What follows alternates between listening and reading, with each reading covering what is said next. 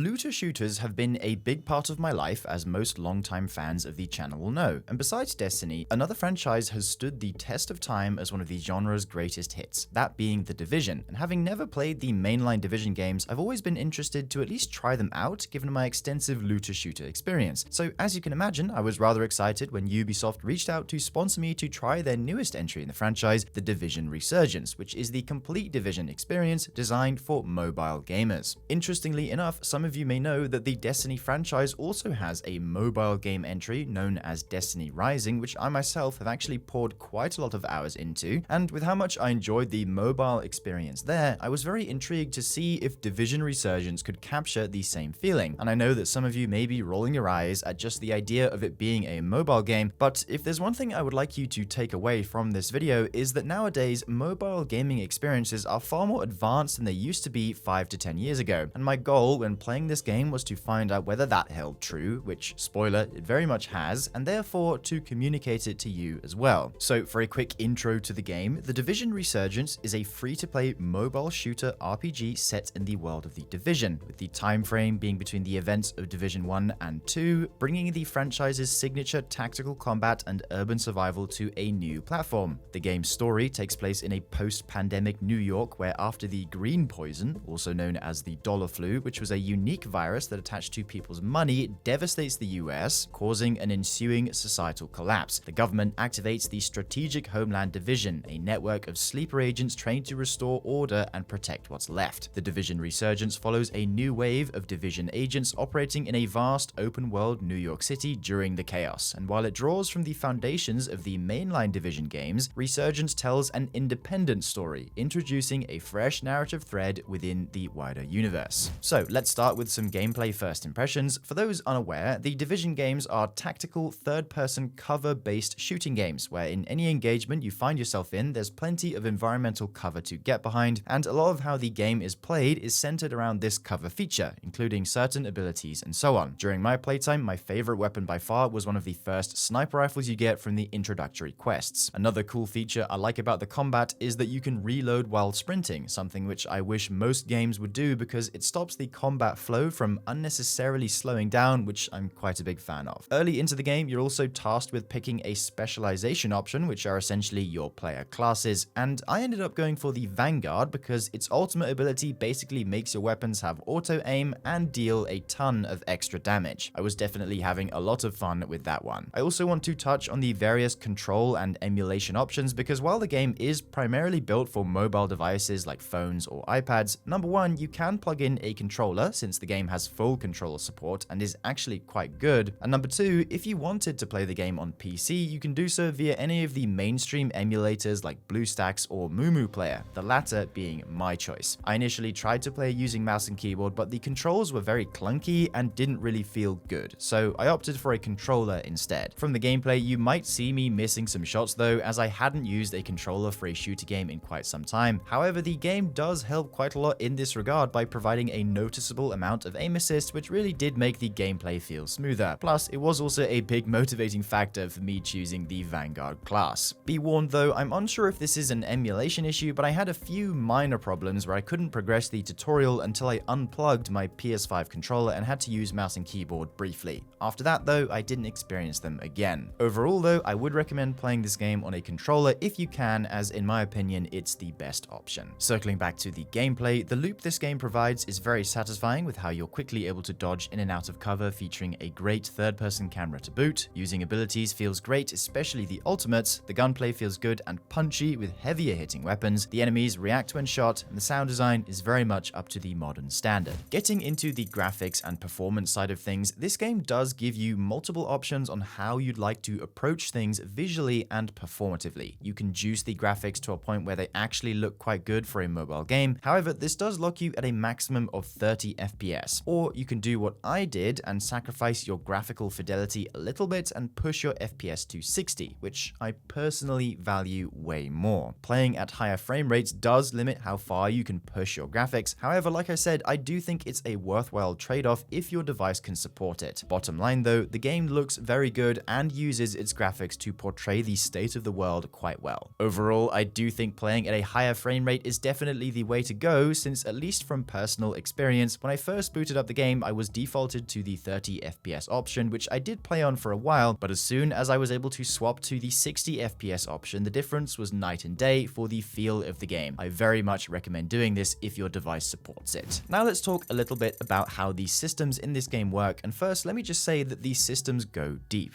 This is a true Division experience, with some of these systems even going further than they would in the mainline games. There's of course a full gear rarity suite going all the way up to red rarity weapons and gear, and I do like it when games have a red rarity. Of course, each specialization / characters have their own skill trees for all of their abilities, letting you improve and customize them further, and when you start the game, you'll be able to pick between 4 starting specializations, and just make sure it's Vanguard, since that aimbot ultimate is stupidly powerful. We'll touch on this later, but the game does come with a bespoke open world that you can spend hours and hours exploring, featuring lore, safe houses, public events, and it's always a good feeling being actually able to see other players roaming around and doing their missions too. There's tons of things to do, and there's also a dark zone feature like from the mainline games. Another thing I quite like about the loot system is that if you find a better piece of gear on the ground, you can instantly equip it to your loadout without having to enter any menus. It just makes the gameplay a lot more seamless and easy to get a hold of. And speaking of the gear you find, if there's one particular item you're fond of, such as the sniper rifle, if you want to continue using it as you level up and progress, you can easily do so by spending materials via the improve feature that allows you to bring it up in power as you play. So rather than leaving the weapon behind, you'll bring it along with you for as long as you still find it fun, which I'm personally quite a big fan of. Diving a little deeper into the character progression, through missions and out in the world, you're able to find higher power gear to use. Your specializations can be leveled up, there's crafting proficiencies to grind, commendations to complete to unlock permanent set bonuses, as well as daily quests and bounties to complete. All of this may sound a little overwhelming, but I found in my time playing that the game does a pretty good job of guiding you through what's actually worth doing initially. And then once you've found your footing, it doesn't put any pressure on you and mostly leaves it up to you to decide what you want to play. And that there is the best advice I can give. If there's something that seems interesting to you, just give it a try and see where it takes you. And it usually will result in progressing your character in a meaningful way. And the flexibility this brings is something I very much appreciate. You can also create or join a clan with friends to play co-op and progress together, though just make sure you're playing on the same regional servers, because somebody playing in the EU will not be able to play with somebody on American servers. Getting into the open world aspect of the game, like I mentioned earlier, it is indeed a full open world experience. There's multiple safe houses to unlock, which open up paths for vendors and additional side quests. There's collectibles scattered all across the city, including tons of lore to dive into, and if at any point you get stuck or lost, you can simply fast travel back to a familiar spot and try a different approach. As you move through the world, you'll constantly find patrolling enemy squads or a small band of troublemakers, which I did find myself interacting with, and sometimes they lead to even longer engagements that offer up extra loot and have the potential to lead you into a totally different area that might have something interesting you never thought to check before. I'll also say again that it's really nice to be able to see other players out in the world too, as it really makes it feel alive and that you're part of something larger. Lastly, I did want to highlight a couple minor concerns I had when playing, the first being that it is a free-to-play game, so there's all the typical monetization systems you'd expect, such as daily login bonuses, multiple different currencies, battle pass related things, notifications popping up maybe a little too frequently, but the important thing here is that none of these things actually get in the way of the core experience, and the real meat of the game is always accessible and enjoyable right from the get-go. The story cutscenes and characters can also be a little goofy at times, but I also wasn't expecting a Hollywood movie style production, so this wasn't a huge issue for me. It is a mobile game at the end of the day,